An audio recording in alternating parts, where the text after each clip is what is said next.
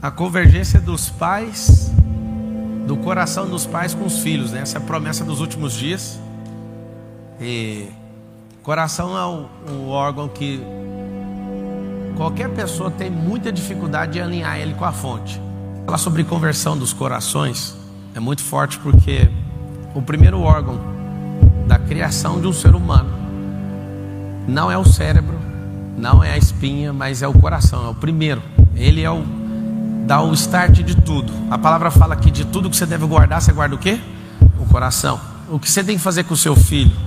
Guardar, ensiná-lo, né, a guardar o coração. Como que ensina um filho a guardar o coração? Você guardando o seu coração. Você tem que treiná-los para que eles possam ser fortes e corajosos. Porque eles vão fazer o que você não quer. Existe um papel do pai na vida do filho e existe um papel da mãe na vida do filho. A mãe é como o Espírito Santo. Ela é essa doçura, ela é consoladora. Você olha para Jacó. Jacó, apesar de ter a fama, né, o próprio nome significa suplantador, mas é um dos melhores pais que você vai ver na Bíblia. Sabe por quê? Porque a treta dele foi não ter a bênção do pai dele. O que ele fez? Ele foi lá de forma que você já conhece e pegou a bênção de Esaú para ele. Mas na hora de transmitir a bênção, ele transmitiu para todo mundo. Você imagina alguém que lutou pela bênção do pai e na hora de transmitir não pegou o favorito. Ele passou para os 12. Jacó deu identidade para os filhos. Você vai ver cada tribo tem um animal. Judá, você é um leão. Benjamim, você é um lobo. E ele explicou exatamente o propósito de cada um deles. E na hora de transmitir, ele entendeu o que era o peso da bênção de um pai. Ele se resolveu com o pai, ele se resolveu com o irmão, e ele falou assim: eu vou transmitir bênção para todo mundo. Talvez você ainda fique pegando o seu filho no chão. Você não entendeu a relação de Deus com Jesus. Jesus clamava na cruz e Deus Pai não falou nada. Porque você vai ter que fazer isso aí. Então quando a gente precisa de treinar nossos filhos, pode doer aqui dentro, ele precisa ser treinado. E por que tem essa ruptura de corações? Porque você quer que seus filhos te agradem. Às vezes as frustrações de não ter feito a certa faculdade, você quer colocar neles. Você vai passar seus medos para os seus filhos. No treino, você vai tirar você do jogo e vai falar: eu preciso te preparar para lugares que eu não fui. O que pai tem que fazer? Por isso que Josué fala assim, que os filhos são como flechas. O símbolo de filhos como flecha significa que eles vão mais longe que vocês. Vocês são os apontadores de flecha. E felizes são os que estão cheios de flechas na sua aljava. Tenha muitos filhos. Quando a objeção é não tenho filhos porque o mundo é mau, é claro, pessoas boas como você pararam de reproduzir, caíram nesse conto. O que a gente precisa fazer? Nós somos os flecheiros, e a gente não tem que usar a flecha do jeito que a gente quer. Nós vamos de ouvir para o Senhor aonde que eu tenho que lançar essas pessoas. E no lançamento você tem que saber, eles vão mais longe. Então o que vocês têm que fazer é investir para que eles consigam ir mais longe. É o que um pai e uma mãe devem fazer. Então quando você percebe a relação de pais e de filhos, você olha para a história do filho pródigo. O cara que tem a cara de religioso, que é todo comportado, que não acessa o coração do pai, não tem acesso a nada. O pródigo gasta a parte dele, mas quando arrepende e volta, ganha um anel no dedo, ganha festa, ganha tudo. Aí você fala: o que é isso? A parábola do filho pródigo mostra também os últimos dias. O que são esses últimos dias? Dias de conciliação, dias de convergência de coração. E o interessante é que não são os pais que colocam o propósito nos seus filhos, é Deus que coloca. O pai instrumentaliza e passa a túnica. E não foi porque o Jacó gostava de José.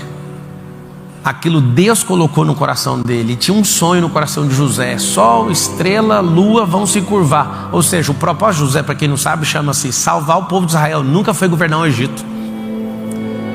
José nunca foi chamado para outra coisa. O governar o Egito significa parte do cumprimento do propósito, para salvar um povo da fome. Deus foi lá e falou: vamos enviar José. E para enviar José vai ser um pouquinho difícil, porque ele não vai acreditar.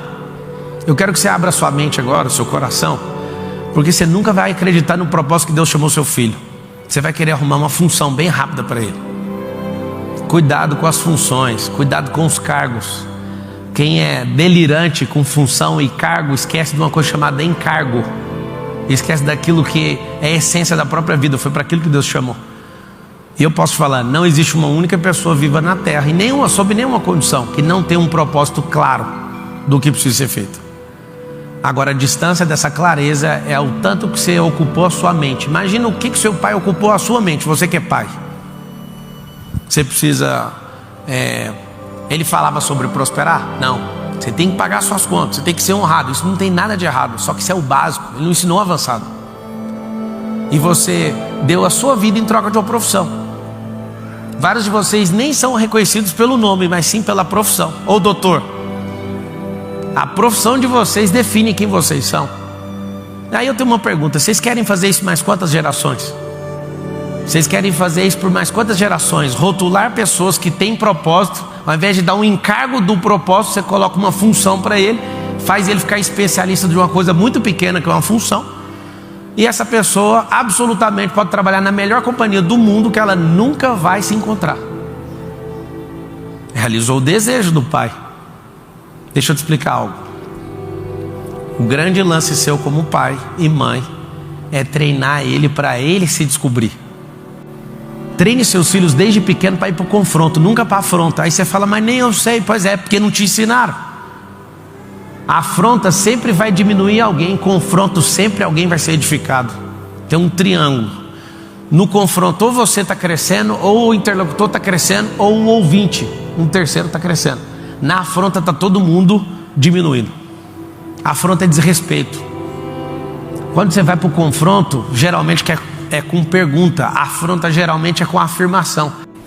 O Senhor falou, eu vou converter o coração dos pais aos filhos e dos filhos aos pais. Quando ele fala, eu vou converter, ele preparou o tempo. E você vai entrar em desespero, porque o colapso ainda não chegou. Por quê? Porque a humanidade não entende de paternidade. Se entendesse, todo mundo amava Deus. Ele é o pai. Então não há nada que a gente possa juntar para resolver o problema do coletivo. Mas dentro de casa a responsabilidade é sua. Jacó deu detalhadamente o que era a identidade de um e o que ele faria. E colocou o propósito do coração de cada um. E cada tribo significa uma coisa. Cada filho é uma tribo. Você quer treinar seus filhos como se fosse da sua tribo. Seus filhos não são da sua tribo. Eles são cada uma tribo diferente. Isso é revelador, você saber disso. Eu olho para os meus filhos e eu fico pensando, quem deles vai ser o gestor? Eu já sei. Quem deles é o criativo? Eu já sei. Quem deles é o que vai tocar o terror e vai arrumar confusão doidada? Eu já sei, eu sei cada função de cada um lá. Por quê? Porque eu cheiro esse assunto. Assim como a natureza tem perfume, as pessoas também têm. A natureza, ela única e exclusivamente não repete absolutamente nada, e Deus colocou um perfume em cada um. Cada um tem um cheiro. Olha para o seu filho na incapacidade dele, eu estou te falando, o bloqueio que ele já tem aponta para o propósito, ou para múltiplos propósitos.